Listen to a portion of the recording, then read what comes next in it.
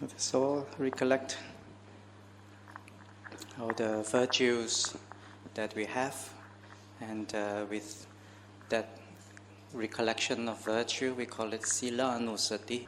Observe the 5 precepts before we begin tonight's talk on Dhamma. With a calm and composed mind, let us go for refuge to the Buddha, Dhamma and Sangha with faith and understanding. Thereafter observe the 5 precepts.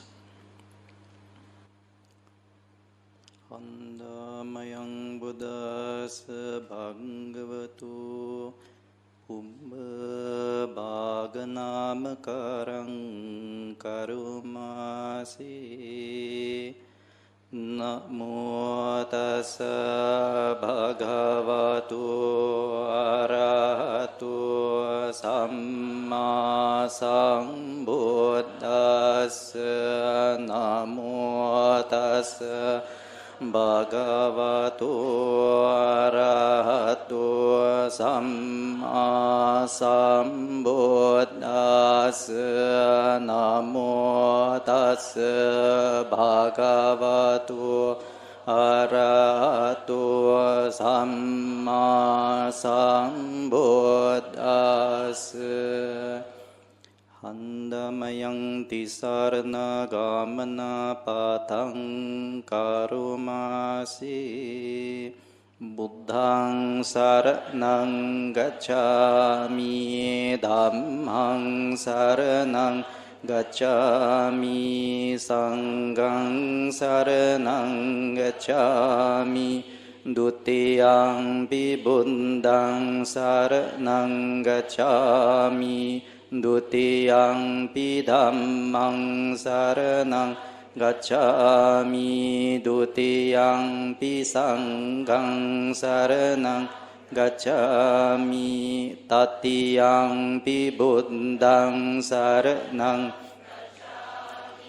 Tatiyampi dhammang saranang gacchami. Tatiyampi sanghang saranang gacchami. Tisarana gammana sangpunnang handamayang panca sikapada patang karumasi. Panatipata Veramani sikapadang samadhiyami. Adinna dana Veramani sikapadang samadhiyami. Kame sumiccacara Veramani sikapadang samadhiyami. Musavada Veramani sikapadang samadhiyami. Surameraya majjapammadatthana Veramani sikapadang samadhiyami. Imani panca sikapadani samadhiyami.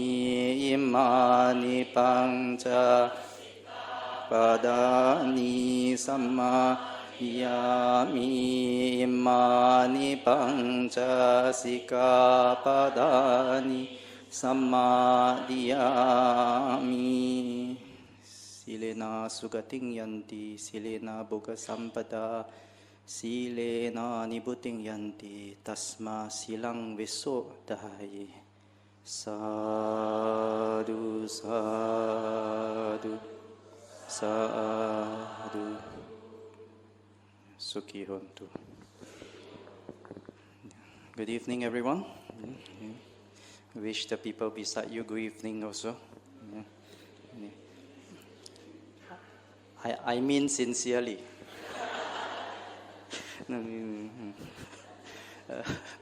Have a good look at their nose or their eyes and wish them sincerely, okay?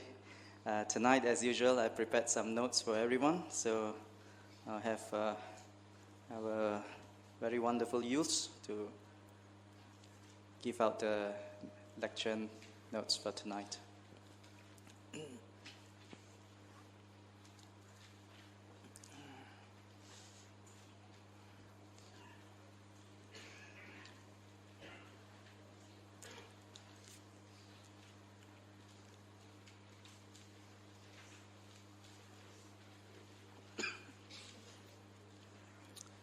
So everyone should have a copy. Yeah. For those who haven't got, please raise your hands. You get a bonus copy.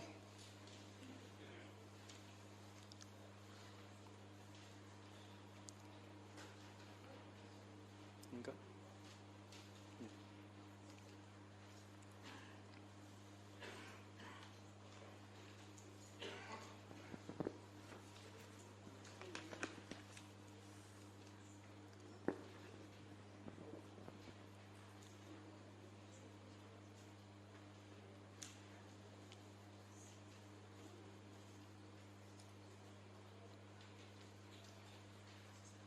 Okay, everyone have got one, so please raise your hands if you haven't got any.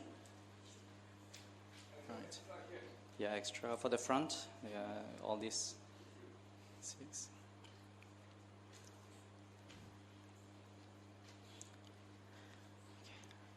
I'm very happy that our series of talks on Friday evenings by both Uncle Vijay and myself is coming to an end. I'm quite happy. Yeah. Happy not because it's ending. Why am I happy? I'm happy because of a few reasons. Number one, I got to do a lot of good. By sharing Dhamma, by discussing Dhamma with everyone, it is one of the most meritorious deeds. Both the people who share the Dhamma, not just sharing opinion, but sharing Dhamma. And people who partake of that sharing, people who listen to it, not just hearing it, but listening to it. This is one of the highest merits. And also I'm happy that we can learn from the scriptures, not just my opinion, not just Uncle Vijaya's opinion, but this is from the Pali, from the words of the Buddha, the Blessed One's own words. I'm also very happy that we are completing the course. I'm not just happy finishing it. We should think of completing it. Yeah, it's just like the meditation, or just like your learning, just like your pilgrimage, just like your course. You shouldn't be happy because you are finishing it. Let's get it done with, let's finish it. But rather we should think how we can complete it, how we can make it good. Yeah? So this is one thing we should objectify, train our minds to complete things. You want to finish your life or complete it? Yeah? You complete your life, not just finish your life, complete it. You don't just want to finish your course, you want to complete your course. So we are coming to a completion next month. The last session will be in June, both for this course as well as Uncle Vijaya's lecture. So I also am very happy to see many people have been coming to both sessions very consistently. How many people have not missed a single of these Dhammapada courses? How many people? Myself included, of course. I've not missed one, so I should be very happy. Very good. I'm also very happy to see the relative youthfulness of this congregation. Yeah, I'm very happy to see so many youths. How many people below 80 years old? Please raise your hand. Yeah, it's relatively youthful. Yeah? So these are the few things that make me very happy, because we are indulging ourselves in a wholesome way. You could have misspent any of your Friday evenings in numerous places, but we are not misspending it. So since we are here, and I have nothing to give you except that piece of paper and what I'm going to say, and that is called an offering. This is an offering of Dhamma. So since I have nothing else to offer, I hope you accept my humble offerings with an open heart, open mind, and keep it inside. Yeah. Tonight we are going to discuss several verses from the Pandita Varga. Pandita, as we all heard before, means the wise. Varga means the chapter. Chapter on the wise people. And this is one of the favorite chapters of mine from not just the Dhammapada, but from the entire Tipitaka. In the entire Tipitaka, we have many collections, we have many books. Today we call them books or volumes. And in many of these books and volumes, you have many vargas or chapters. And this is one of the favorites of mine from the entire Tipitaka, because in these few verses, we can see the qualities of the wise. The Buddha always asks us not to follow the foolish, but the wise. And what is the gain that we can get from following the wise? It is their wisdom. It is how to be wise, to know the standards of wisdom. You know, the Buddha also said, in this world, all the problems and difficulties that we face, that are man-made, are made by fools, never made by the wise. Wise people never create problems in the world. They're mostly created by America, and many other places, of course. Not by wise people, but by the fools. So this you can see from history. It is always the case. So sometimes when it is very, very troublesome and problematic, nobody knows how to resolve it. Nobody can see the solution. Nobody can see the path to resolving it. That is when wisdom is so precious, especially in those critical moments. If you have the wise just saying something and people can see through, they say that, yeah, this is the truth. This is how we should proceed. And we have averted another man-made disaster. We have averted another calamity. And this is how, at a critical moment in the past, we are fortunate enough to have also wise people amidst us. Amongst men, there are those that are wise. But the majority of people, the Buddha classify as unwise. Yeah? So in this Pandita Varga, let's learn tonight these few verses, what are the qualities of the wise. So I've selected only 5, 76 to number 80. And there's a bonus verse. As usual, there's also encore, every time encore. So number 85 was discussed the previous session in April, so I just repeat it here. Okay? So as usual, we are going to learn how to pronounce these Pali words. We are going to pronounce this firstly in Pali. Okay? Verse 76. Now this verse number 76 is not from the Pandita Varga 76, it's from the entire Dhammapada number 76. So number 76 is verse number 1 of Pandita Varga. Verse 77 is verse number 2 of Pandita Varga. But before this chapter, there were 75 other verses in other chapters. So the chapter preceding this is called Balavaga. Balavaga means the chapter on the foolish. Yeah? It's also very interesting, but I don't want to learn the qualities of the fool. So let us look into 76. Okay? Reading. Ni dhinang va pavattarang yang pase vaja dassinang Nighaya vading medhaving Thadisang panditang bhaje Thadisang bhajamanas Seyo hoti na papiyo.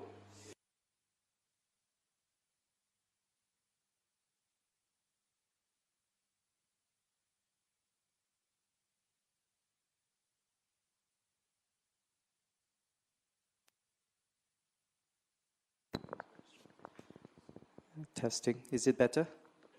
Oh, good karma. Okay. So the unwholesome karma finished. So now completed that. So now it's better karma. Okay. Nidinang va pawattarang yang pase vaja dasinang nigaya vading medhaving thadisang panditang bhaje thadisang bhaja manas seo hoti na papio. Okay. As usual, the pronunciation of those letters, those with macron, that means on the bar on top is the long vowel. Okay. Now I didn't put in all those word by word translation. Okay. So this is the 5th lesson. So you have to do some homework. You have to go back and look up the dictionary for yourself, so that it is not spoon-fed. Yeah. Now the translation of that verse: one should follow a wise man who admonishes him for his faults, as one would follow a guide who leads him to buried treasures. To one who follows such a wise man, it will be to his benefit, not to his harm. Yeah. So if you read it on your own, you can see what the Buddha is saying. These are the words of the Buddha. He said, one should follow the admonishments of a wise man. One should treasure the advice or the admonishments or the teachings of a wise man. Again, the Buddha points out our way of learning Dhamma, our way of improving ourselves, our way of spirituality is to follow the wise and not the foolish. So we should follow someone who is wise, who is willing to admonish us. Not every wise man wants to admonish us. Not every wise person wants to take the trouble of teaching us. Because frankly, that's a tall order. That's a very difficult thing to do, to teach, especially Dhamma. If you teach some other subjects, it's easier. You teach mathematics or physics. If you do some calculations, you're either right or wrong. You either know how to apply or do not know how to apply the formula. But in teaching Dhamma, people have their own opinions about how to act, how to live, how to practice, how to spend time. So people have their own ways. And it is very difficult sometimes to show people the right way. When you see, for example, someone has gone off the path, someone has gone to the wrong way, sometimes when you tell them, they might not appreciate it. Most people will say, you are not my teacher, so why must I listen? They don't have that sense of appreciation. But I think more basic than that, people don't have an appreciation of what is wise and what is foolish. They don't even know who is the wise and who is foolish. So we have discussed that in the previous sessions. We have pointed out what are the characteristics of a wise person and how do you know a person is wise. It is through his or her conduct. It is through his or her speech and also her way of thinking. Now, how do you know what they are thinking? If you can't read their mind, you have discussions with them. You observe them over a long period of time. You discuss about Dhamma with them, and then you can assess. If you yourself know some Dhamma, you assess that whether this person is living in a way that is in accordance to the Dhamma or not. So it's very difficult for most people nowadays, not knowing Dhamma at all, to assess who is wise and who is not. So most people would just follow whatever is convincing to themselves.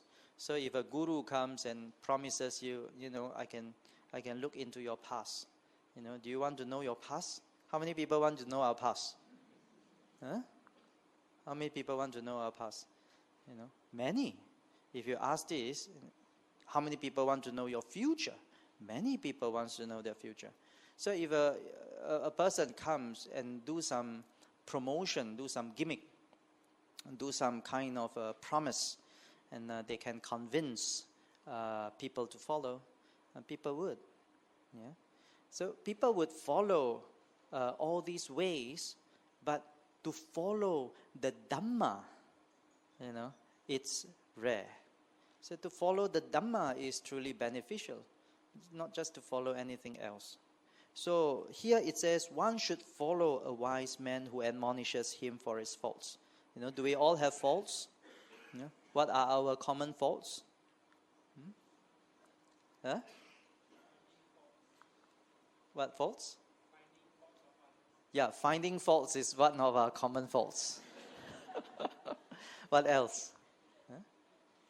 Yeah, very good. Obstinacy, stubbornness. Yeah, who is suffering from that? Oh, stage 4. What else? Huh? Not seeing our own faults. Very good. That's our fault also. Some people at least know that they are wrong, but some people can't see how they can possibly be wrong. They are always right. Yeah. So we have many faults. So is it easy to have someone point out our faults? Is it easy to have someone point out our faults? Do you enjoy having your faults pointed out? Yeah? How many people enjoy that? Huh? No? I thought got Buddhists here. Yeah? Once, not once, but more than once, when I was a teenager, my faults, which were many, were pointed out by the teachers. And then admonished, sometimes what you call, get a scolding. Yeah? Today we call it a scolding. Or nowadays, more refined, vocabulary improved, I call it admonition. Yeah? It was basically a scolding. And I remembered once, when I came out from the kuti, having been admonished by the teacher, I was smiling. I was happy. I was joyful. And this is true. I was really joyful. And why was that so? This was after I've been learning Dhamma for a few years. And I felt very joyful. I felt very touched that someone went to that much trouble in wanting to help me. I felt really touched. I felt I'm so blind to my own faults. Most people are, yeah, we have to admit that. But our faults are not invisible to others. It's easy for others to see our faults. Sudasang wajang anisang, atano pana dudasang. Sudasang means easy to see. To see what? Vaja anyesang, other people's faults. Very easy to see. Yeah? It's just like any dirt here, everyone can see except myself. Yeah? I hope not. Yeah? But atano pana dudasang. One's own atana, one's own faults. Pana dudasang. Dudasang means very difficult to spot. So I'm very fortunate to have someone so concerned about me, about my learning, about my progress, about my improvement, about my transformation, that he went to such lengths to admonish me. So when I came out that day, that evening from the kuti, I was feeling like one of the most fortunate persons alive. I felt exactly that. And when my teachers passed away, I felt like an orphan, because it's very difficult to live without a teacher. And so too Siddhartha Gautama, when he attained enlightenment, he was only 35 when he attained enlightenment. He said, to live without a teacher, not having a teacher to revere and to respect and to follow is difficult. It's easier to have someone whom you look up to, who protects you, who admonishes you. You are so fortunate. So he thought it was difficult to live without a teacher at such a young age. But then he said, who can be my teacher? I'm enlightened. And this is the only Arahant in the world. No one else is enlightened at this moment. Who else can be my teacher? Because no one taught me the path to this liberation. Then he thought, why not I live my whole life revering the Dhamma as my teacher? So he established Dhamma as his teacher. So even the Buddha found it difficult or rather not easy, to live without a teacher. But he established that good example. So I thought to myself, it is so fortunate for us if we have people watching over us and pointing out the ways, what is right, what is wrong. But most people don't like that. Yeah? Most people like to think I am right, especially when we get older. Yeah? No offense to those above 80. Yeah? Especially when we get older, we find that we already know so much, and that becomes a very difficult situation for us to learn. And if we find difficulty learning new things, definitely we find it difficult to change. Yeah? So this was not the case for whom the Buddha was speaking about. Yeah? In this case, yeah? This was said by the Buddha on the occasion of Venerable Radha. His name was Radha, R-A-D-H-A, Radha. Yeah? This Radha was a very poor Brahmin. Yeah? He had no family members. Nobody knew his background. But one day he just emerged near Jetavana and requested to stay just, outside the monastery. And every day he would come in to do cleaning. He would, keep the kutis clean, the paths swept. He would repair things, a handyman, in exchange for food, a lodging, and clothes. So he was penniless. And for many years he had been serving at the temple, in Sawati, in Jetavana.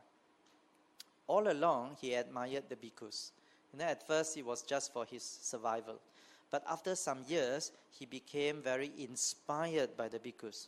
But he was too shy to ask to be ordained.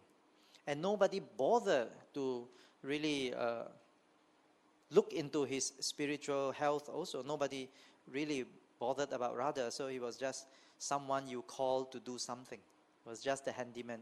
Can you help clean this place? And Radha, can you fix this? Radha, can you prepare the seats and so on. So he was just the general worker. Yeah.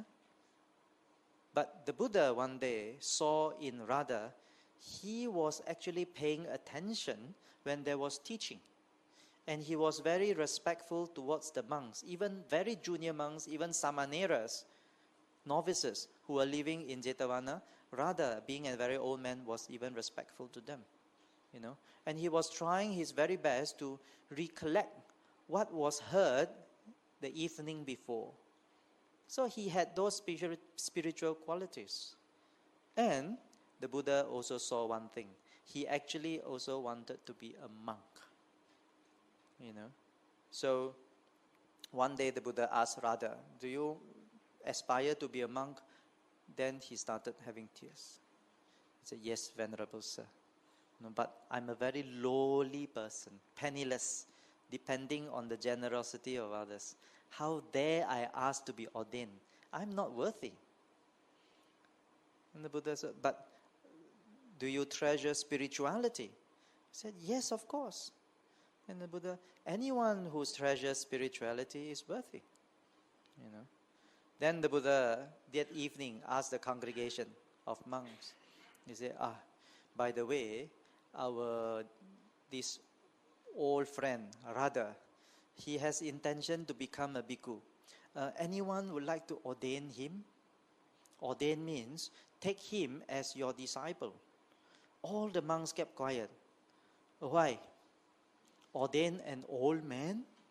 Ordain an old man who has been working there for years, who doesn't show any quality, any goodness, only dependent on other people's charity. So everyone kept quiet. Everyone was reluctant because it's a responsibility. If anyone comes and says, I want to be a student, I will be very reluctant because it's just like anyone comes asking to be a disciple is like asking to be your child. And you have to really be responsible. You really have to have time You really have to have what you call that heart to take this person and train this person. And whatever misdeeds this person do, as a parent, as a teacher, you have to be responsible as well. So everyone just kept quiet and said, "Oh, we are too busy already. We are too tight." Then the Buddha changed. He said, anyone has experienced some good done by this Radha, anyone has benefited from goodness done by this Radha. Then Venerable Sariputta was sitting by the side, and he recollected, once I received a spoonful of rice from Radha. He put this from his own share into my bowl. So Sariputta said, Venerable Sir, I shall ordain him. The next day, when this was offered to what you call Radha, he was overjoyed. If Sariputta wants to ordain you, would you be overjoyed? Yeah. I think most people say, Bhante, let me consider 7 days. But not Radha. He said immediately he was overjoyed and he was ready and he was ordained. And whatever Sariputta said, he did it. He's so old, with hardened muscles and bones. But when Sariputta said, when you walk, you must walk like this. When you wear robes, he was very skinny, so the robes keep falling. But Sariputta said, you must really wear it properly and so on. So he tried and he tried and he tried. And Sariputta asked him, you must sit like this. And he said, how to sit like this? Difficult for an old man. He tried. So much pain, but he tried. Sariputta said, you must eat like this, mindful. Not his habit. He tried. Sariputta said, you must stay under the tree, practice overnight meditation. His whole body couldn't take it, the cold and the dampness. He tried. The key is, whatever Sariputta said, he did, without questioning. He said, yes, Bhante, yes, Bhante, yes, Bhante. In no time, he became an Arahant. So this old Radha, who was depending on other people's charity for his life, became one of the noble ones, an Arahant. Same attainment as Sariputta, an Arahant. Then everyone was really admiring Radha, saying that at his age, he could still take all this admonition. They compared to some young monks and even some novices. When the teacher says, okay, you must sit like that, do this chanting, they have the eye rolling. And they say, yes, Bhante. Or, yes, Bhante. Then they say, let's ignore that. They never bother. You see. So same, lay people also same, The monks, lay people same. Why? There's an ego. It's very hard to admonish people. I know we have many students. I know over the years. It's very difficult, to admonish someone's child. Someone's child, teenagers, very difficult. Someone's child, 20 over years old, very difficult. Someone's child, 60 over years old, also very difficult. Very difficult to admonish someone else's children. Yeah? So, what prevents people from learning is not the lack of teaching, but it is internal blockage. It is the internal resistance to learning. When they saw Radha, the attitude was so good. They reported to the Buddha. And the Buddha said this in praise of Radha, but also as a reminder to all spiritual practitioners that one should follow a wise man like Sariputta who admonishes him for his faults. Usually people will find fault in fault finding. Yeah? Usually people would be unhappy if people point out the fault. They would, what you call, the color will change. The face, the color will change, temperature will rise, and then they will be quite unhappy, and some will walk away, but some will retaliate even, So it is very common in a monastery, it is very common in schools, it's very common in the companies, it's very common at home. It is common everywhere. For people don't like their faults, to be pointed out by others. But the Buddha says, if one should follow a wise one who admonishes us for our faults, if we follow this person, this wise man, like a guide, then this guide will lead us to buried treasures. What is the meaning of buried treasures? Buried treasures here means good qualities.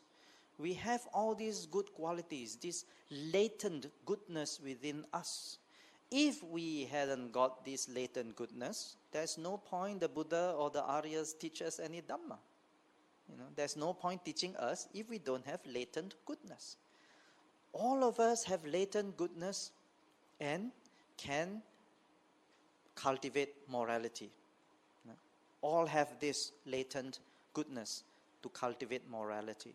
All have latent goodness to cultivate faith, to cultivate tranquility, to cultivate discretion, to cultivate wisdom.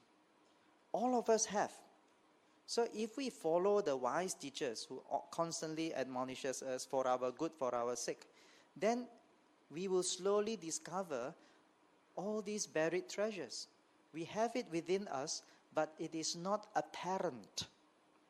It is of no use to us if they remain buried.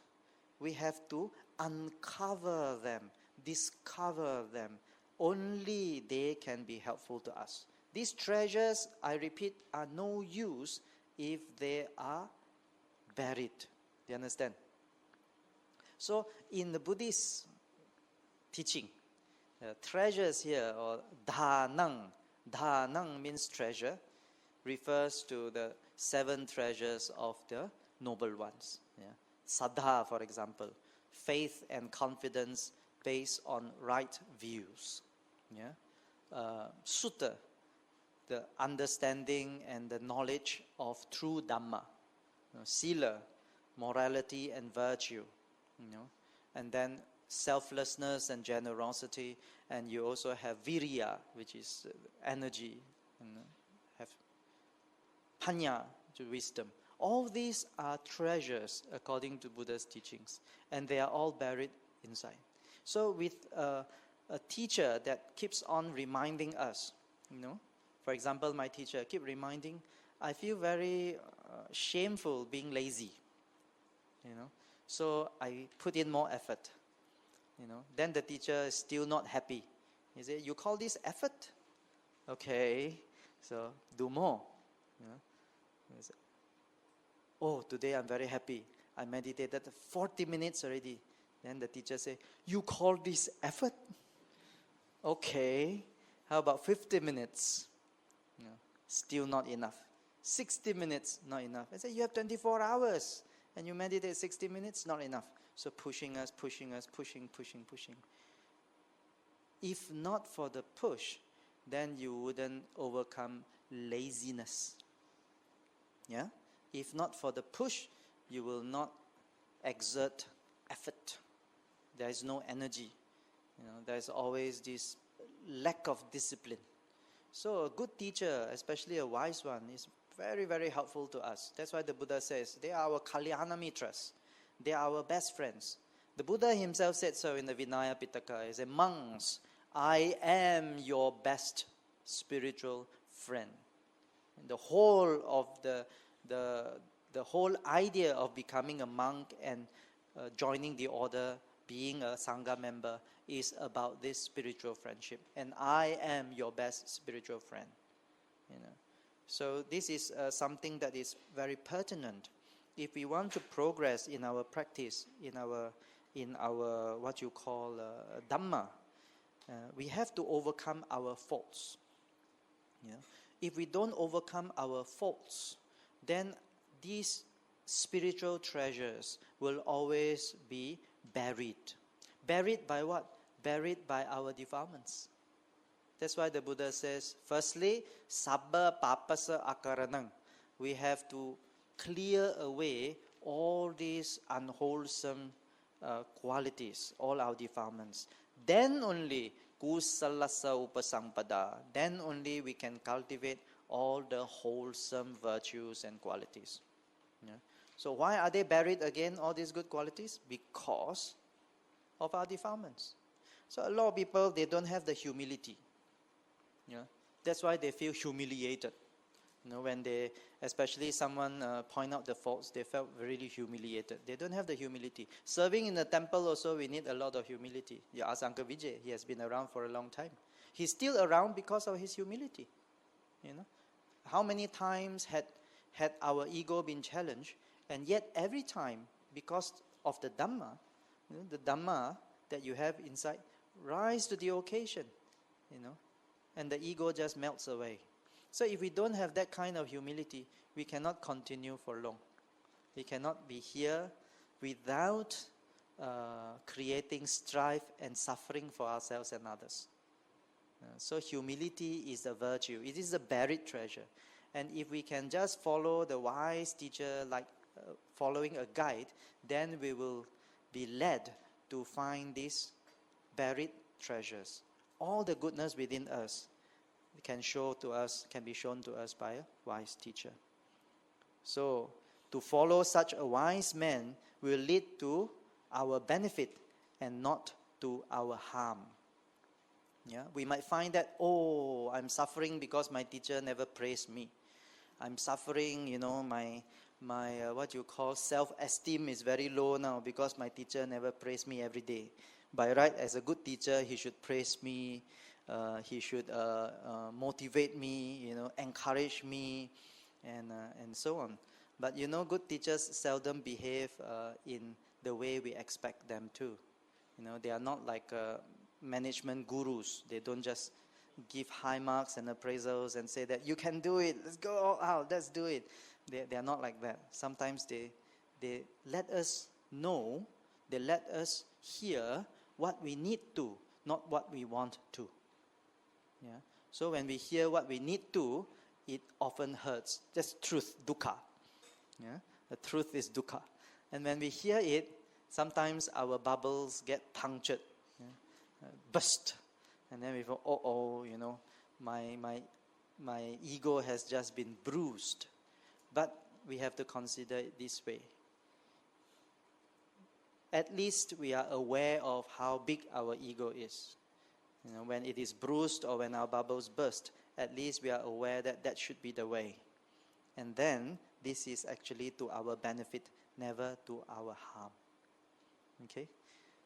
So, the Buddha in another occasion said, if you find a teacher, I think we did this verse the previous lesson, if you find a teacher who can admonish you in the right way, in the right time, who points out your faults, you should associate with such a teacher.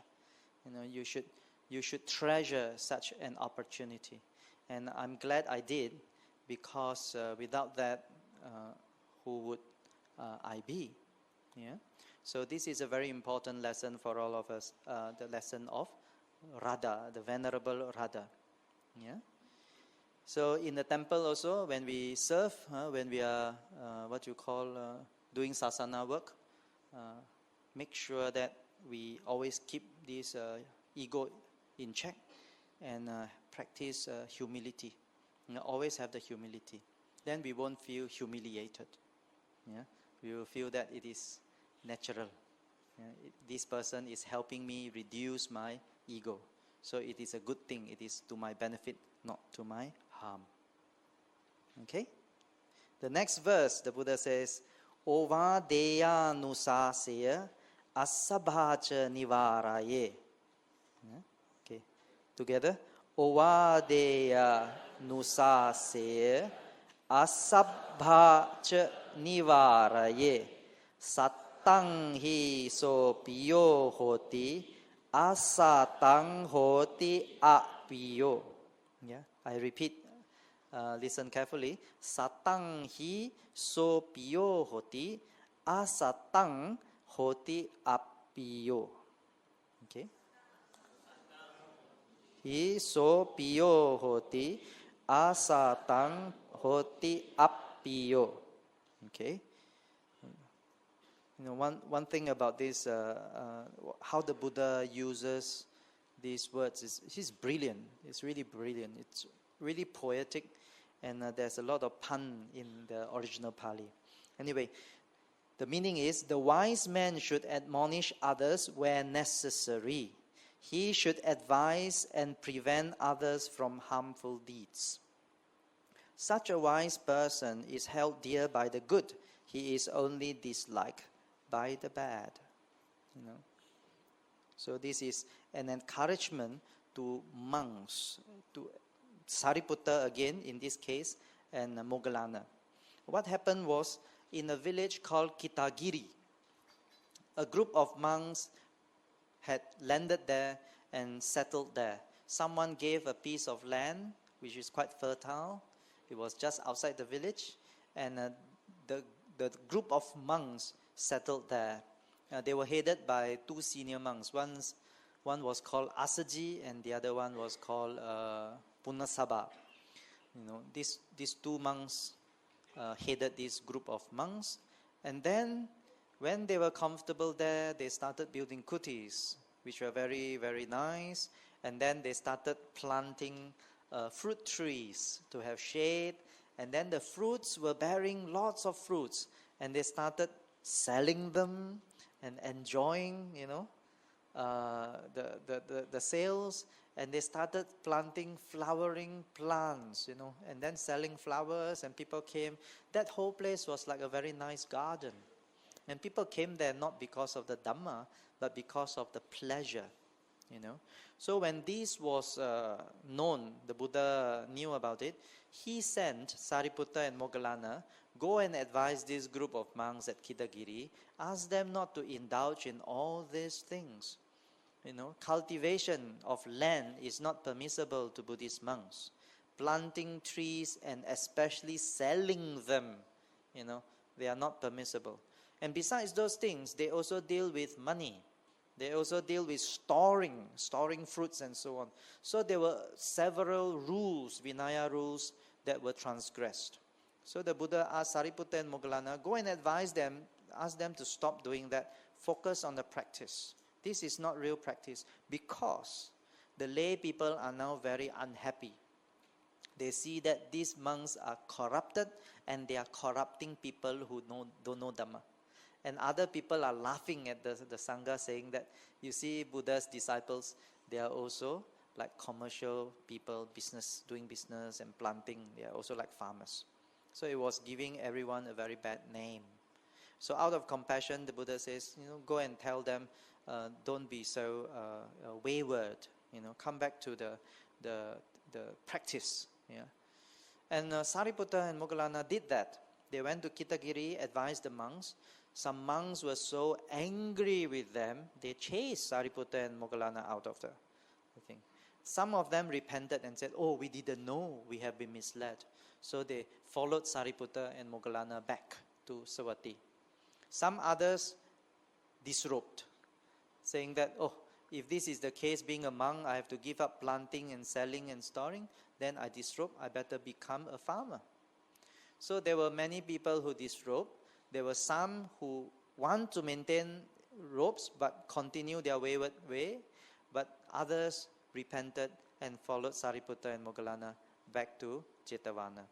When this was reported to the Buddha, he said, you should continue to admonish people out of compassion.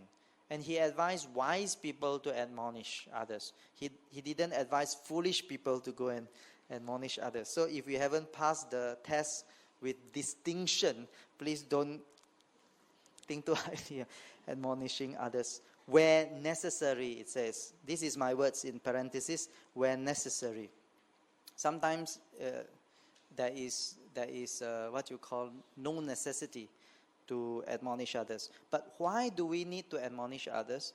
Because we should try to advise them, and perhaps this word prevent may be misunderstood. Sometimes we can't prevent others from doing unwholesome deeds.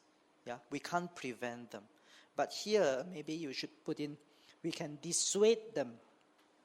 We can persuade them not to do evil, or dissuade them from evil.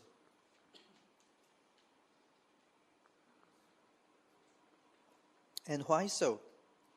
Because anyone who does unwholesome deeds will have the consequence of those deeds. And if we have compassion, we don't want to see the suffering of others. When we see that, by doing this deed, they are going to suffer eventually, out of compassion, this is where we can dissuade others. Perhaps you shouldn't be doing this. By doing this, you are going to create unnecessary suffering. They are preventable suffering.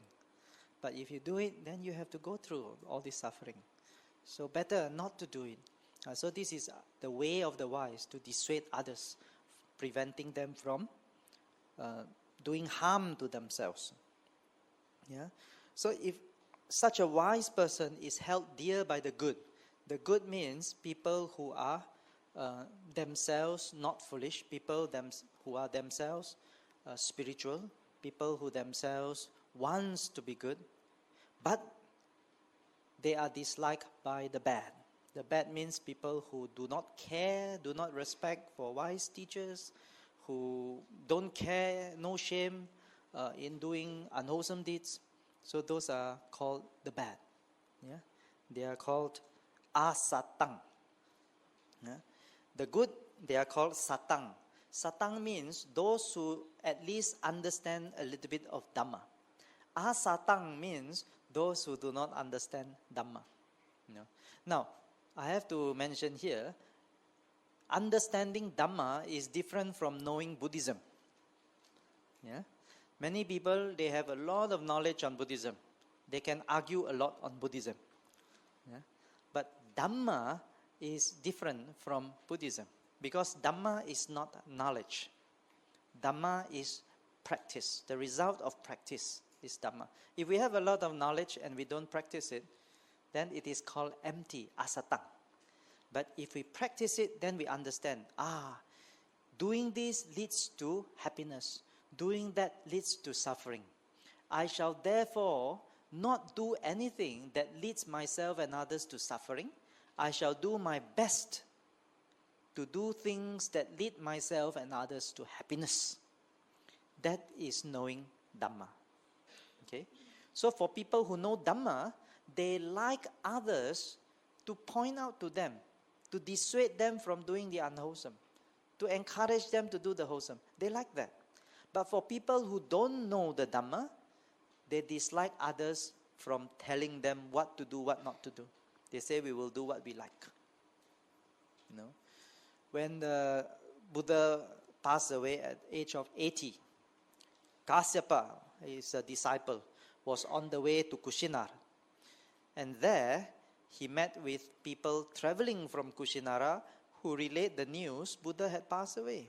Everyone started feeling very sad. Everyone feeling a sense of loss. But then there was a very old man who just joined, became a new monk. An old man became a new monk. His name was Subhada. He said, why are you all crying? Why are you all feeling sad? We should be happy. Now that the teacher is dead, we can do whatever we want. You know, when he was alive, he kept telling us, don't do this, don't do that, do this, do that. Sit must be like this, walk must be like that. It must be moderate. Now we can do whatever we want. Why are you so sad? Kasyapa heard that. He said, but kept quiet. He said, Buddha has just passed away. Let's not create anything here. Let's attend the cremation first. So there were people even who thought that way. You know. So when they are dissuaded from doing evil, they say, why are you interfering? Buddhism is very free one, everyone for himself, each for himself. You know, we should be able to decide for ourselves what to do, what not to do, what precepts to keep, what precepts to break. You know, they don't like being advised. So if we don't know Dhamma, we just know Buddhism, it can be very dangerous to us. Knowing a little bit and following the foolish way is more dangerous than not knowing anything. Yeah? So we have to distinguish. We need to understand Dhamma. Not just have knowledge, but also have the wisdom to see which path leads to happiness, which path leads to suffering. Okay? So this is the story of the recalcitrant monks, Asaji and Punabhasaka of Kitagiri. All right? The next verse, 78. This is a very easy verse because there's a lot of repetition. Na bhaje papake mite. Na bhaje purisa dhame. Purisa dhame. The A is A, purisa. Dhame. Na bhaje purisa dhame. Bhajetha mitte kalyane. Bhajetha purisuttame. The meaning, associate not with unwholesome and ignoble friends. Yeah, papa ke means unwholesome. Papa means evil, but evil is a very strong word here. So we say unwholesome friends, those with unsavory characters, meaning they are full of greed and not knowing that, full of anger and grudge, not knowing that, full of ignorance and delusion and foolishness, not knowing that. They live foolishly, act foolishly, speak foolishly. So they are bad influence in general. We call that pa ke mite. Mite means friends. And we all have friends like that, right? Unfortunately, we have relatives like that too. Yeah? Correct or not? And are they fun to be with? Well, apparently yes. Yeah? Foolish people are quite fun to be with. Wise people are of no fun. They don't have fun. When we go to, have fun, what kind of fun you have? Karaoke. You ask the wise, they don't want to join you. Correct or not? Where else you go? Go to cinemas and movies. You ask the wise, they also don't want to join you. You go makan one, non-stop makan trip. 7 meals a day one. You ask the wise, they want to join you or not? No. You go Genting, who wants to join you? Unless go retreat lah. Wise are no fun to be with. But foolish people, fun or not? Yeah, they crack jokes all the time. I don't mean Uncle Vijay.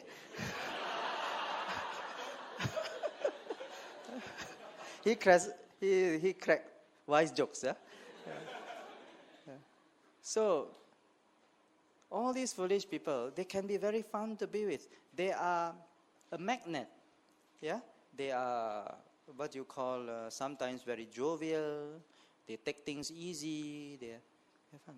But those things are not qualities of wisdom. Do you understand? Qualities of wisdom are different from qualities of fun. Yeah?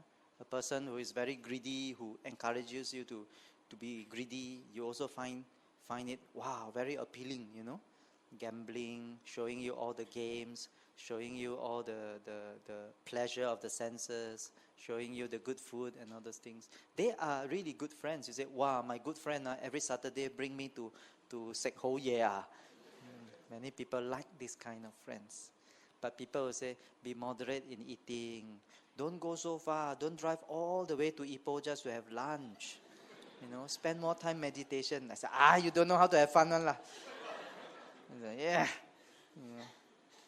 See.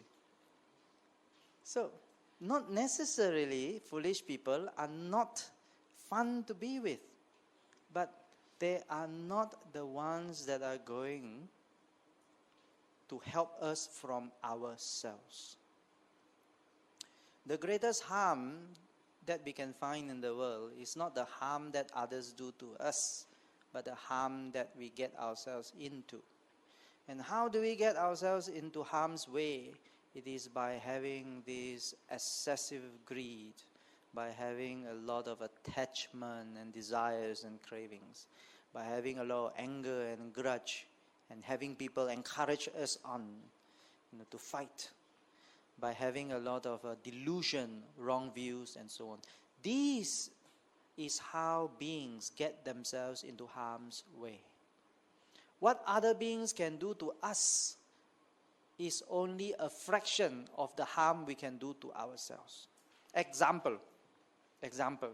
If we have been absolutely abused by others, beaten by others, even murdered by others, which is terrible, being murdered by others. But can our murderers also sentence us to hell?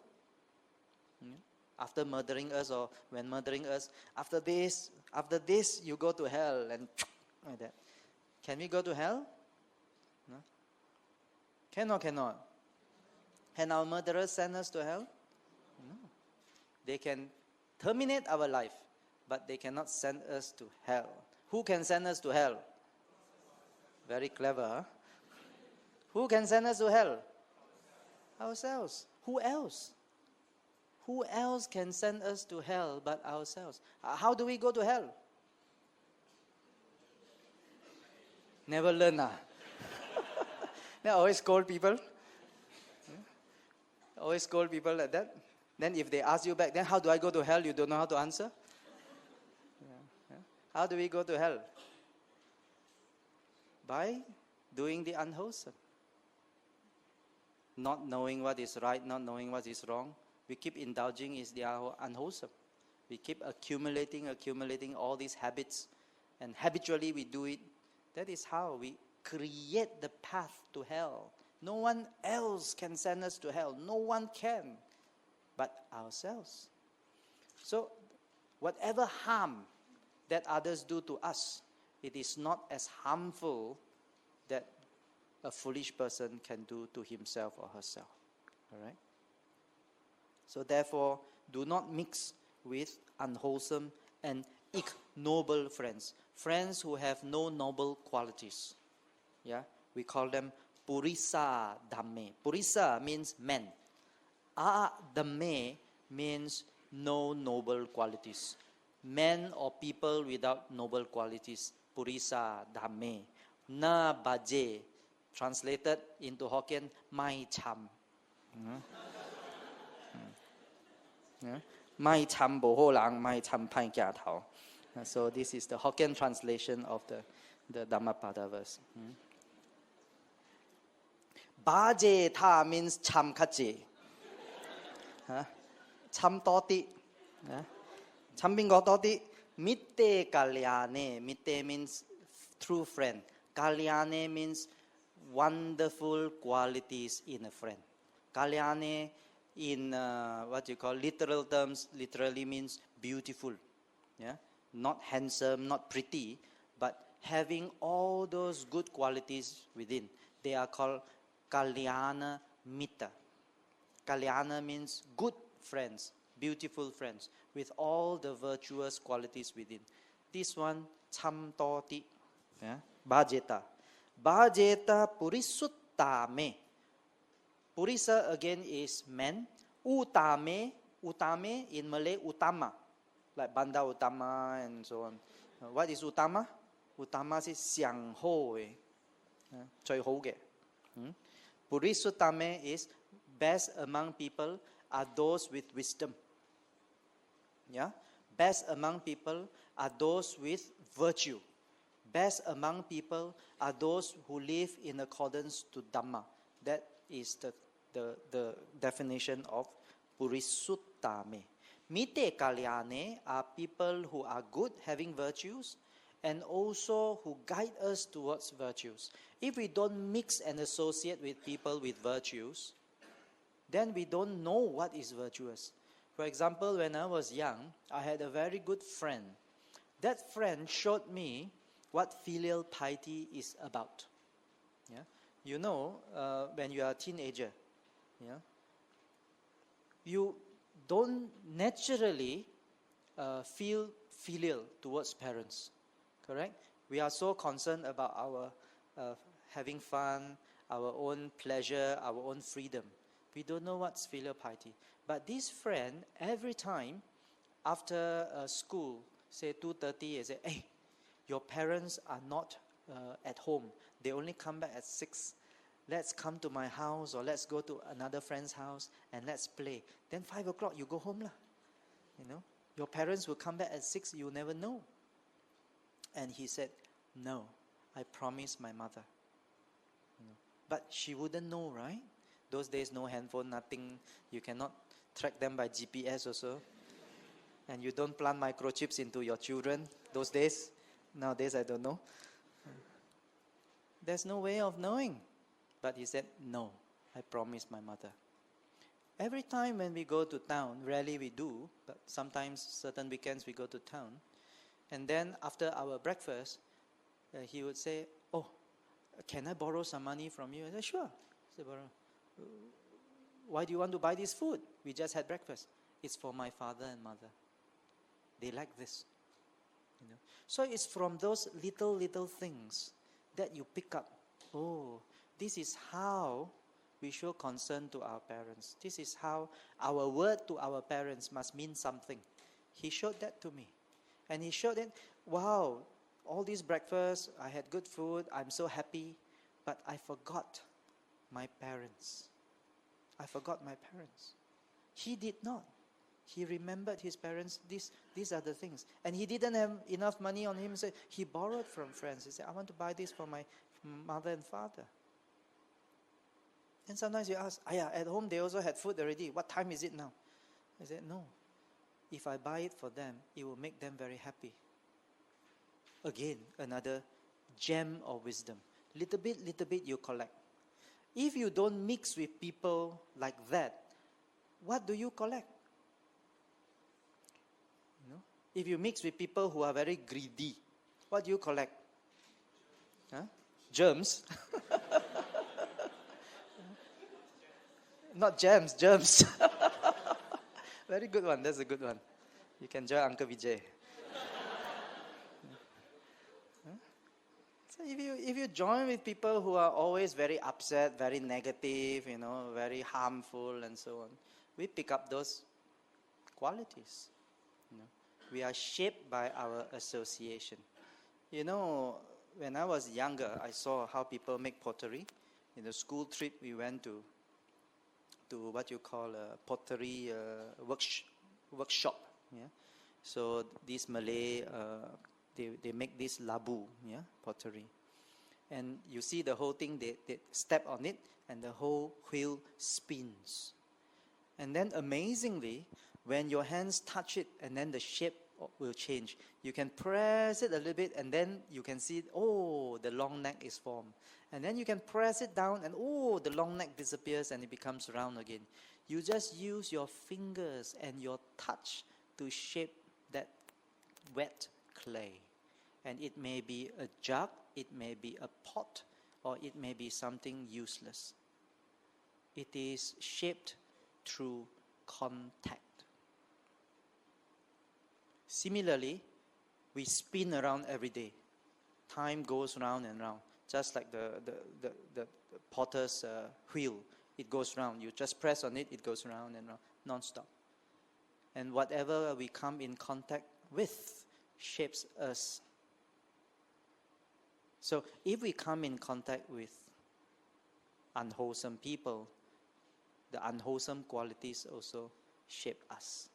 But if we come in contact with wholesome people, noble people, wise people, then we also gain gems from that contact.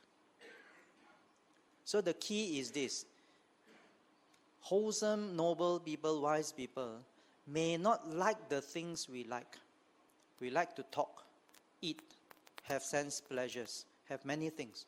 That's how we accumulate all these unwholesome habits. But wise people may not like. So we cannot think that wise people are no fun to be with. We don't associate with wise people because we want to have fun. We associate with wise people because we want to have good qualities. No. We need to associate with good people. You need your children and your husbands to associate with good people. Yeah? We need our parents, our relatives, to associate with good people. We need everyone to associate with good people, to get those gems of wisdom, to get those tidbits of virtues. By following my teachers around over the years, I picked up on a lot of qualities. For example, their loving kindness, their compassion, So I've seen how they have those very strong qualities of, so concerned for other people, so dedicated. Another thing is determination. Another thing is self-discipline. I see all those things. So those are very strong impressions in our minds. If we die with those impressions, they are going to be as strong on us in our following lives. So associating with wise people does not just help us in this present life. It may help us beyond this life. It helps us throughout lives. But we need to associate with them in the right way. We cannot just admire them from far. We have to associate. Associate means to be with them, to learn together with them, to travel with them is very important. I travel a lot of times with my teachers. I volunteer to always travel with them because I want to be close to them, to pick up here and there everything that they did and they say. And this is so helpful to my own development and in my own lives. So this is the advice given by the Buddha. To whom? How many people know this verse? To whom did the Buddha give this advice?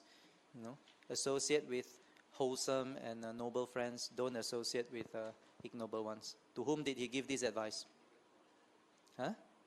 To Venerable Ananda? No.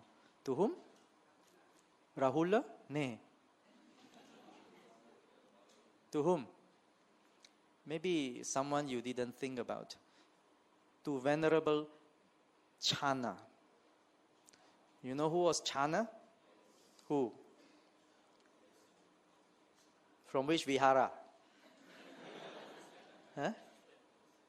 Chana was called Sahayata Sahajata. Sahayata Sahajata.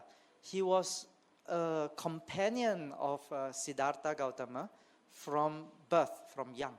Same age. Yeah. His father was an attendant to the royal family, and he was born the same age, same month as Prince Siddhartha, and therefore they put him as Sahayata, same play group from young, same learning group. So Chana was also very privileged, being born at the time of the Blessed One, at the place, at the house of the Blessed One, made him a companion to the Blessed One. So whatever Siddhartha get to learn, Chana also got to learn. During the tutorials where the tutor was giving lessons to Siddhartha, Chana was always by the side. And as he grew up, he became an attendant to Siddhartha, to Prince Siddhartha. So he was very proud of the fact. And the day Siddhartha left the home life at the age of 29, at the Anoma river where he cut off his hair, took off his royal clothes, he gave it to Chana. Chana was the only other human being that was with Siddhartha the day he left home. And he gave this back. Chana said, I want to follow you. He said, no. You must bring this and Kantaka back to Kapilavastu and tell my parents I'm all right. You must do that for me. And very, very reluctantly, Chana went back. 7 years later, after the Buddha now had gained enlightenment at the age of 35, he went back to Kapilavastu. And there, a lot of Sakyan princes, his cousins and so on, became monks. And one of them, who also became a monk, was Chana. So he was very proud, of that fact. He was a playmate from young. He said, before all of you, I knew the Buddha first. And on this occasion, when we went out to Kapilavastu, I was with him. On the other occasion, when he saw a monk, I was also with him. And when he left home, I was with him. And I took this crown and everything back to the palace. I was asked by him. So he was very proud. No one can admonish him. You see? So he became what? A nuisance in the monastery. You know? When Chana was not around, people early morning want to go Pindapada. When Chana was not around, they say, please go and invite Venerable Chana. We'll wait for him and go. He refused to come. He said, no one can ask me except the Buddha. Go. Okay. Uposatha, when the Buddha was not around, he also did not need to come. Doing chanting, need not come. Only the Buddha could ask him. No one else, including Sariputta, including Moggallana. In fact, he always complained to the Buddha about Sariputta and Moggallana. He said, these two, who do they think they are? Chief disciples. You know, who do they command? They try to command everyone. They always complain about Sariputta. You know, always complain about Moggallana, very strict, asking to do this, asking don't do this, and so on. Who do they think they are? And the Buddha advised Chana, na bhaje papake mite. You are mixing with the company that feed your ego. They keep telling you, yala, Sariputta always tell me the same thing. You know, actually we shouldn't listen always to Sariputta. We listen to the Buddha. Chana said, yeah, correct, you are right. Always mix with this company. They said, feed his ego. Feed his ignorance. He said, na bhaje papake mite, na bhaje purisa dame. They don't have any wisdom. Don't mix with them. Bhaje ta mite kalyane. These Moggallana, Sariputta, they are your very, very good friends. Bhaje ta purisutame. They are the best of friends. They are the very best of noble ones. You should mix with them. Cham koi te toti la. Like that. If Buddha can speak Cantonese, he would. But Chana refused to listen even Hokkien or Cantonese. Chana refused. He was stubborn to the end. When Buddha told him repeatedly this, he just kept quiet. After that, went back to his same obstinate way. You know? Now, this is for us to reflect also. Not? How many people also have that kind of obstinacy? Have or not? Close your eyes and raise your hands. Nobody can see you. You see? This is to our harm or to our benefit? Why all the time we want to harm ourselves? We say we want to learn, oh, I don't want suffering, enough suffering. But most of the time we are harming ourselves. Who is harming us? Correct or not? Our defilements is harming us the most. Don't worry about others harming us or not. Our defilements are harming us the most. And this is a fact for most beings. But Chana wouldn't. He couldn't be helped. Even before the Buddha passed away, the day before the Buddha passed away, it was still an issue. Because he kept telling people, you know, you're all doing this wrong, you all shouldn't, treat the Buddha like this, like that, you know. I know best because I have been with him 80 years. 80 years, remember that, 80. I know him very well. No, you all don't know him. That kind of.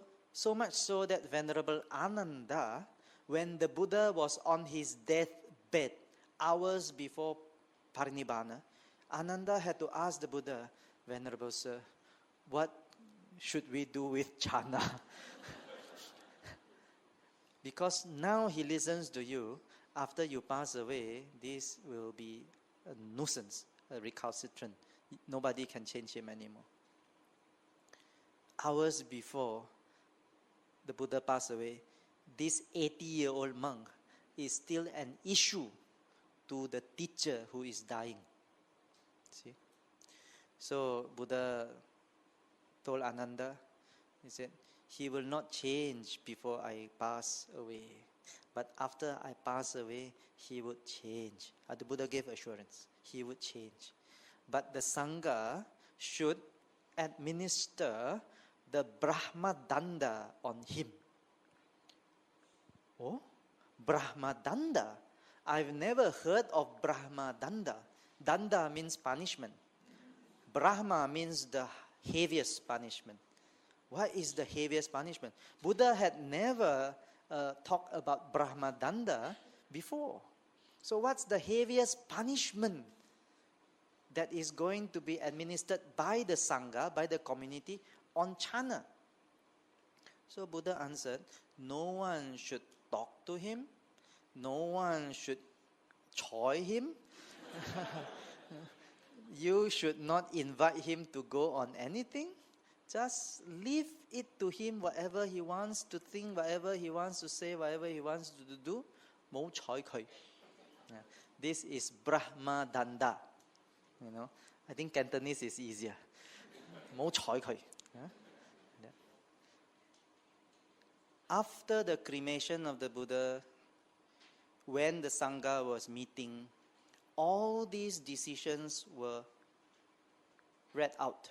And one of them, Venerable Ananda said, the Blessed One has said, iti ucati, I've heard it personally, that the Sangha should administer Brahma Danda on Venerable Chana. Then people said, what's Brahma Danda? Mo choi koi.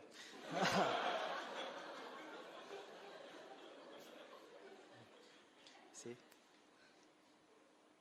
Chana was miserable. Truly miserable.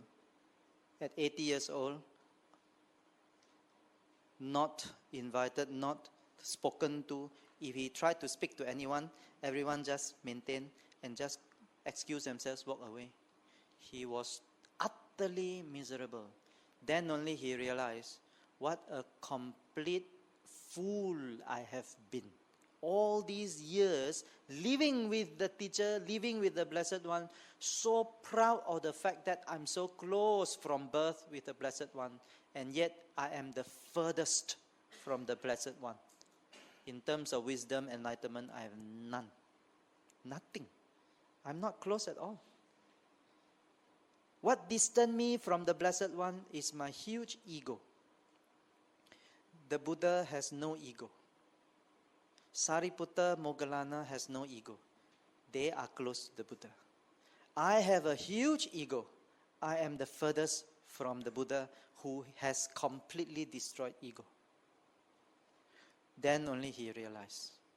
So he tried to change, but still Brahma Danda was imposed. Nobody can change Brahma Danda. Because now Buddha is not around, he didn't say 49 days or 49 years.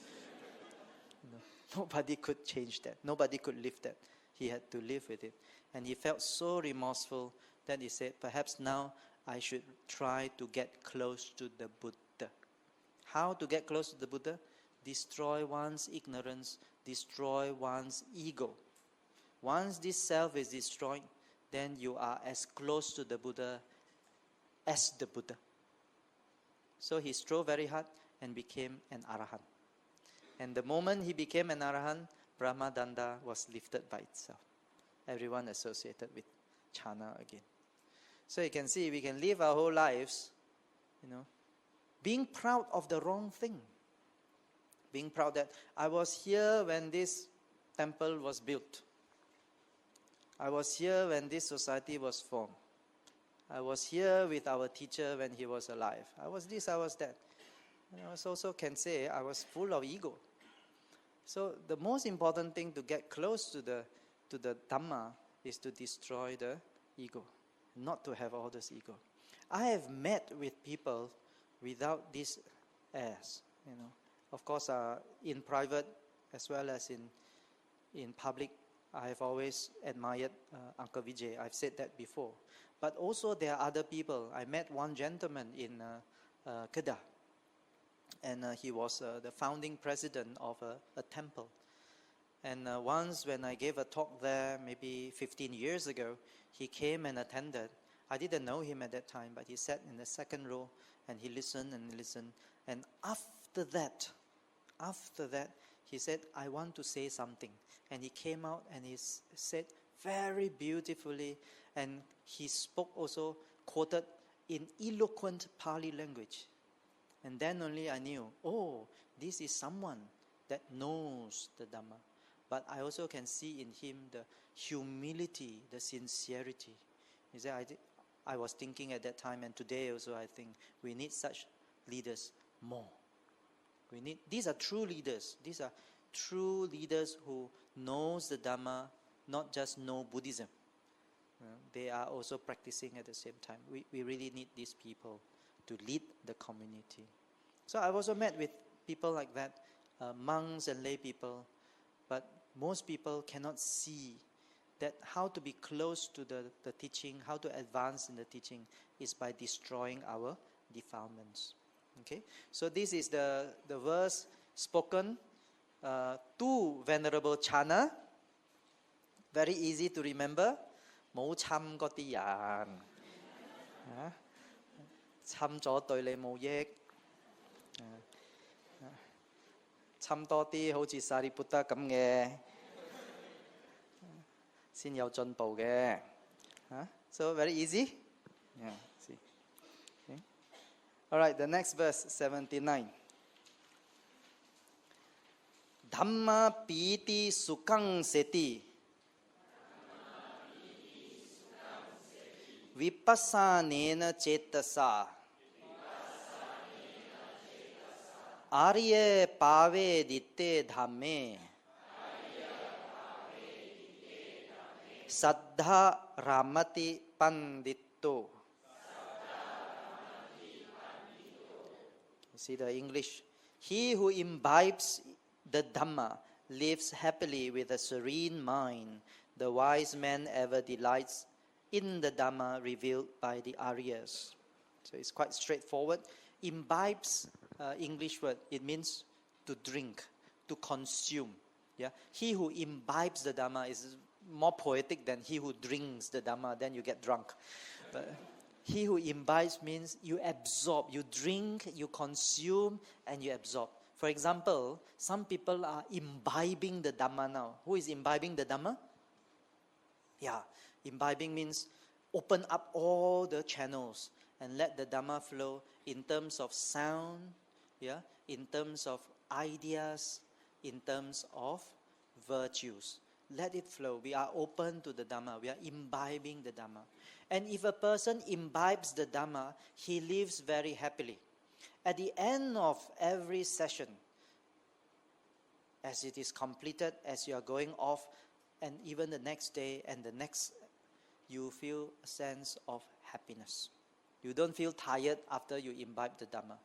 If we sit there listening, we feel very tired. But when we are imbibing, you don't feel anything but happiness. So the wise will always delight in learning the Dhamma, listening the Dhamma, contemplating the Dhamma, living in accordance with the Dhamma as revealed by the Aryas. Who are the Aryas? Aryas are those people who have realized the Dhamma. There are various stages of realization. From the initial realization, you see, sabbe sankhara anicca, yat aniccang tang dukkhang. We can see that, this is impermanence and unsatisfactory. Because of its impermanent nature, this condition is unsatisfactory. I should not be attached to it. I should let go. That is an important realization. And that realization qualifies as the first stage of sainthood. Now, this realization is not a knowledge. It is illumination of the mind. The mind sees it all the time. You see, everything is anicca. You see this? Anicca. See this? Anicca. See this? Anicca. Seeing anicca this way is because of the realization. Yeah? It's not conceptualization, it is realization. The Dhamma has been internalized. So this is first stage. Then you also have the second stage and the third stage of sainthood. And the final one, total liberation, total eradication of defilements and ignorance. That's arahatship. So these are the 4 stages of realization. People who have attained any of these 4 stages, they are called Aryas. When they internalize, illuminate the Dhamma within, they can share that illumination with others. So when they reveal the Dhamma this way to others, people who imbibe in them feel happy and joyful. Yeah?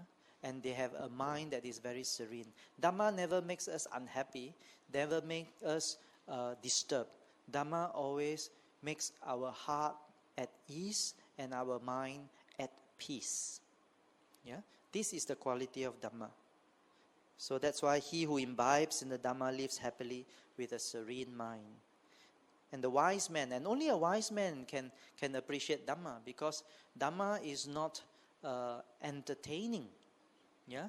If you want entertainment, then you watch Astro. At home, don't have to come on Friday. We just sit in front of the television or go to a cinema. But the wise person knows the value of learning Dhamma far surpasses any other values. And they would choose to learn Dhamma because it illuminates their mind and their character. It straightens their path for them. So only the wise can appreciate the Dhamma. Foolish people cannot appreciate that much. They like entertainment.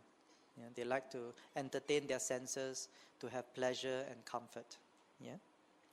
Now this was spoken in relation to a king. A king from Kukutavati. It was quite a distance from Savatthi. And some merchants, having paid respects to the Buddha, heard the Buddha's teaching, was so inspired. Some became monks, but others became lay devotees. These lay devotees were on their way to Kukutavati. And before they entered the city, they spent the evening at the pleasure garden of the king of Kukutavati. The king of Kukutavati at that time, his name was Mahakapina. He was a very righteous king, became a king at a very young age, and by the time he was in his 30s, early 40s, he had seen it all, and he had seen a lot of suffering. Yeah? Even as a king, he could see that how people in his kingdom, because of a lot of defilements, because of a lot of arguments, how people fight, how he had to judge, how he had to settle a lot of conflicts and so on, even in his harem, yeah, even among his wives, not easy. So as a king also, we might think that, wow, a king can command, a king can do as he pleases. Wait till you face your harem. Yeah. Correct or not? Huh? Uncle? Yeah? Wait till you face your wives. Then you know how powerless a king is. Yeah? So he had seen it all. So one day, he happened to be with several of his ministers. Now in the Dhammapada Atthakatha, it was said that 1,000 ministers was with him that day. In the Atthakatha or in the commentary, everything is either 500 or 1,000 or many thousands. Yeah, this is just a way of expression. Sahasang means 1,000, but it means more than a few. Okay, so a few of his ministers were accompanying him, and in the evening it was very quiet, and they saw the bonfire. It was not dark yet, but the merchants who were camping there had already started the fire, and they had a very, very deep conversation. And the king was attracted to that. He said, these merchants usually are noisy. They will make strong drinks, and they would, get tipsy and started singing and dancing and making a lot of noise. But these merchants with their wagons surrounding are sitting down having a conversation. That's so rare. So it's not a compliment exactly to businessmen. Yeah? That's very rare. So the king was very interested, curious, drew closer to them and started to hear what they were talking. They were talking about Dhamma. They had learned from the Buddha from Savatthi. it was something the king had been wanting to learn. He had no chance up to that point. He had not heard anything so deep. Of course, he had wise people, he had all these gurus coming to advise him, but nothing so peaceful and nothing so illuminating. Earlier, he had heard either this kind of ritual or that kind of belief, but this is something that he can comprehend. Then he interjected and said, "Excuse me, I couldn't help myself but to come and interrupt." He said, "Oh, so, Sire, Your Majesty." Then they prepared a seat and he interviewed. From where did you hear this? When did you hear this? What teacher? How is he like? And so on. So the more they described, the more happy he was. He had been a king for such a long time, but he had not been such happy before. That same evening, he told the ministers, "Let's not delay until tomorrow. Now, at this hour, we shall go towards Savatthi." And they left. So they rode and went on and went on and went on. And the Buddha, in his meditation, saw, King Mahakapina and so on are coming. So the Buddha also, went out of the city of Savatthi into the outskirts, into the forest, sat under a banyan tree to wait for them. Why? Had the king and the ministers come, it would create such a sensation. Everyone would come and that would disturb their peace. Then they are always surrounded by so many people watching. They would not be able to concentrate on the teaching. You see the compassion of the Buddha, the wisdom of the Buddha. So he went out of the city alone, sat under the banyan tree on the way into Savatthi while waiting for Mahakapina to arrive. Mahakapina arrived one morning with the ministers. Immediately he knew this must be the teacher, because the merchants had described very well all the marks of a great man. And they came down, they sat down, and Buddha taught them Dhamma, and they saw the truth. And they had wisdom, they had residue wisdom, they had good karma to meet with the teacher. And they became Sotapan, attained to the first stage of sainthood. At that moment, the wives also came. Why the wives came? Because they heard the king and the ministers left immediately without going home to pack and take their passports and apply visas and so on. They left immediately from the pleasure grove, so urgent. So when they heard that the next morning, they also packed and left. So at the moment they arrived, the Buddha also went another distance, so that this time only the wives, only the women folk can concentrate and listen to the teaching. So they also attained to the first stage of sainthood. And then the monks, now the king and the ministers, they all became monks. They all became monks. And when they hear the teaching further, they became arahants. So Buddha did not declare to the rest, now they have all become arahants. He did not declare. So they just join his sangha, they go everywhere, they sit under trees. Being a new bhikkhu, the king Mahakapina did not have his own kuti. You know a kuti? A hut. Huts are limited in supply. Only senior monks, old monks get their huts. So as a new bhikkhu, he didn't even have his hut. So every evening, he had to stay in the open at the root of a tree. So every evening, he would meditate and he would say, "Aho sukhang, aho sukhang, aho sukhang, aho sukhang." He would say like that. What does that mean? Aho means ho, how. Sukhang means happiness. Oh, great happiness. Oh, great happiness. And he say in such a tone, "Aho sukhang, aho sukhang." Very emotional tone. And the monks, when they heard him, they went to complain to the Buddha. The king regret now become monk. He misses great happiness in the palace. He always pining for the great comfort in the palace. So he laments every evening, "Aho sukhang, aho sukhang," like that. Just like when you miss your astro on Friday evening. So they didn't know what he was referring to. Aho Sukhang is this happiness, now happiness, present happiness. In the palace, it is a luxurious prison. You get all the material comfort in your luxurious cell. But this, without a physical cell, is complete liberation from suffering. This is happiness. Now is happiness. The present is happiness. That's why he said, Aho Sukhang. Wow! In Hokkien, Jin Hua Hi. Jin Hua Hi. Jin Hua Hi. Like that he said every evening. So the Buddha, in relation to that, the Buddha said this: he who imbibes in the Dhamma lives happily with a serene mind, and the wise ever delights in the Dhamma revealed by the Aryans. Okay? And the last verse, verse 80. Udakang hi nayanti netika.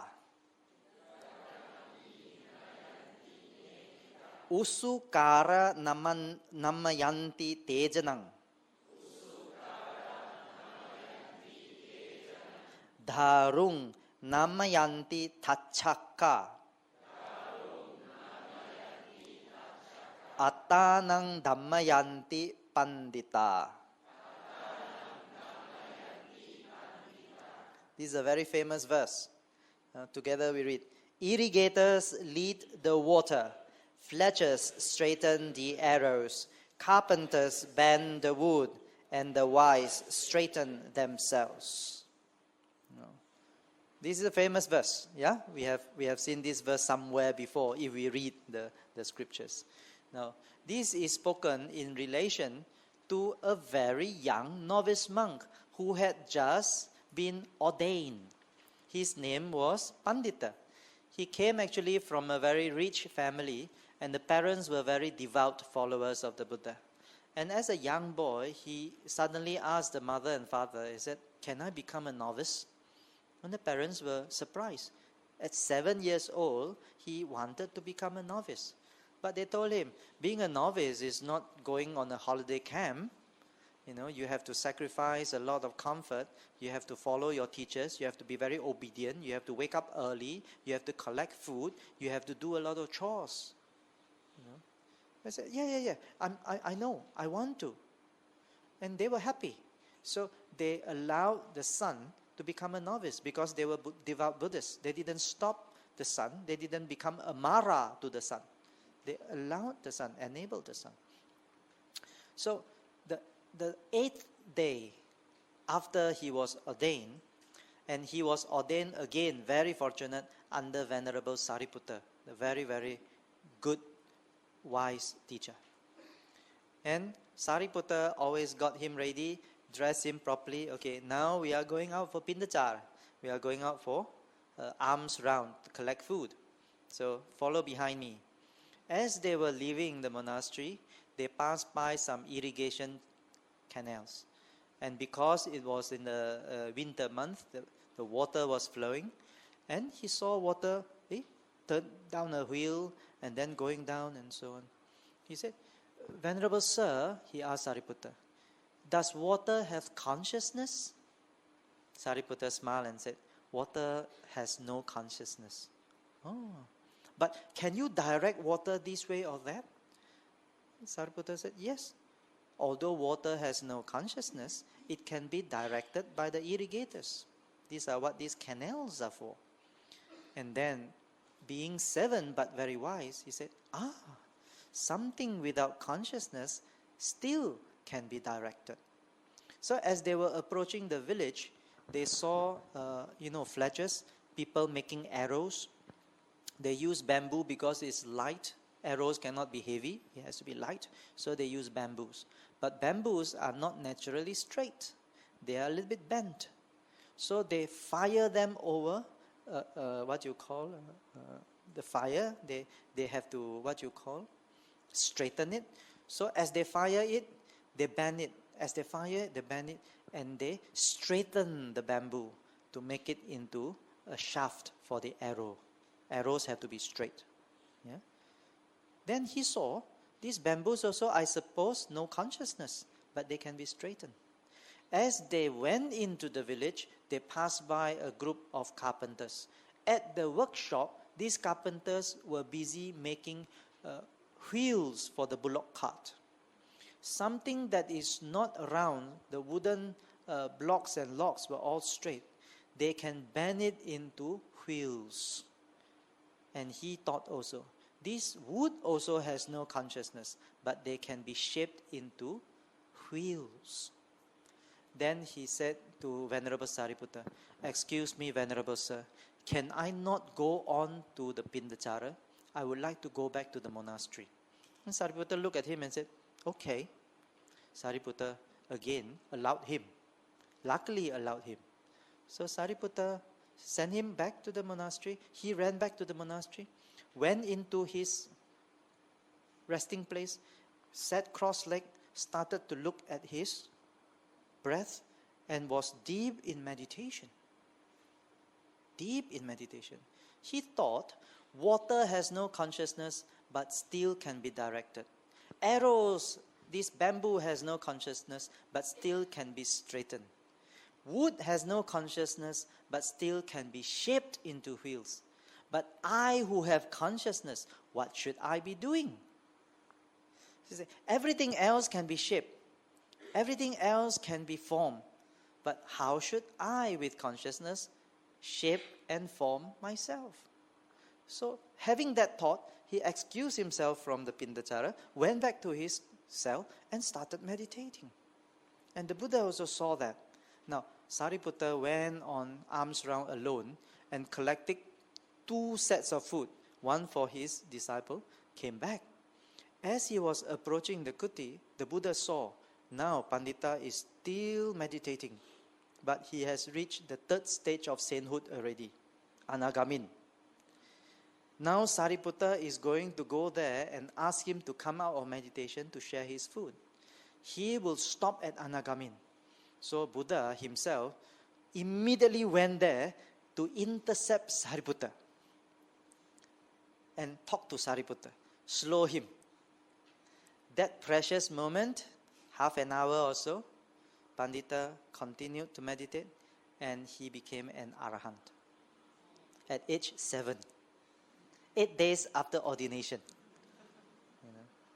So that shows anyone actually can be an arahant. Arahant doesn't depend on age, doesn't depend on what you call a lot of factors that we think.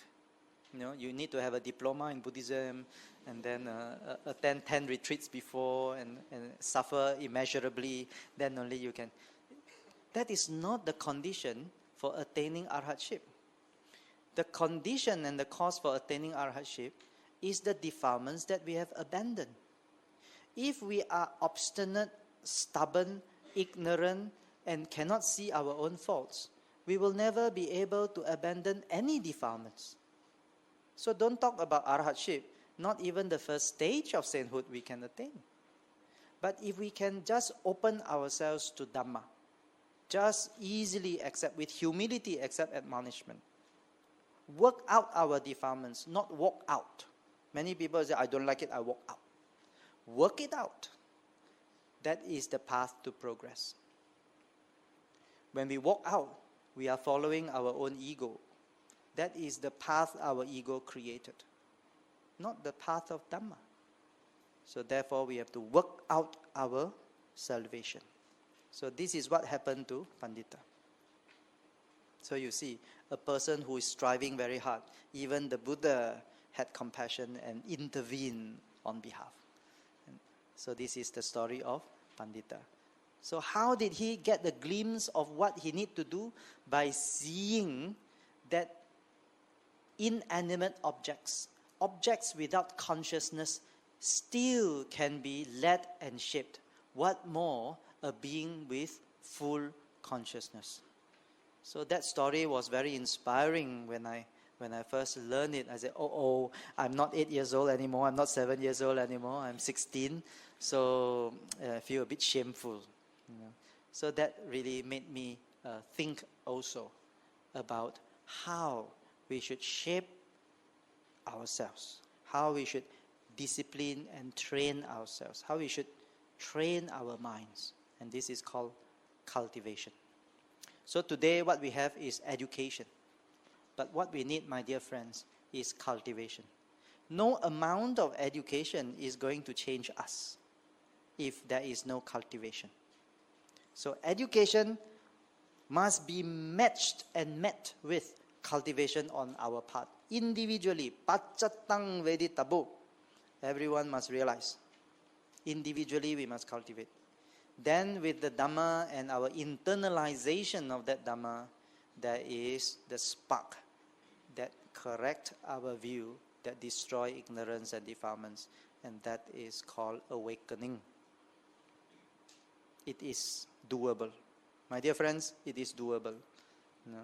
It is on record. It is doable. And it is desirable. And it is noble. So strive hard, diligently. Okay? Never say cannot. Because that's not the quality of saddha or confidence. We need to have noble qualities. So with that, I'd like to thank everyone for being here tonight, paying attention, imbibing in the Dhamma. And I wish for those who have imbibed in the Dhamma, constant serenity of mind and happiness always. Sabbe sata sukhi hontu. Sadhu, sadhu.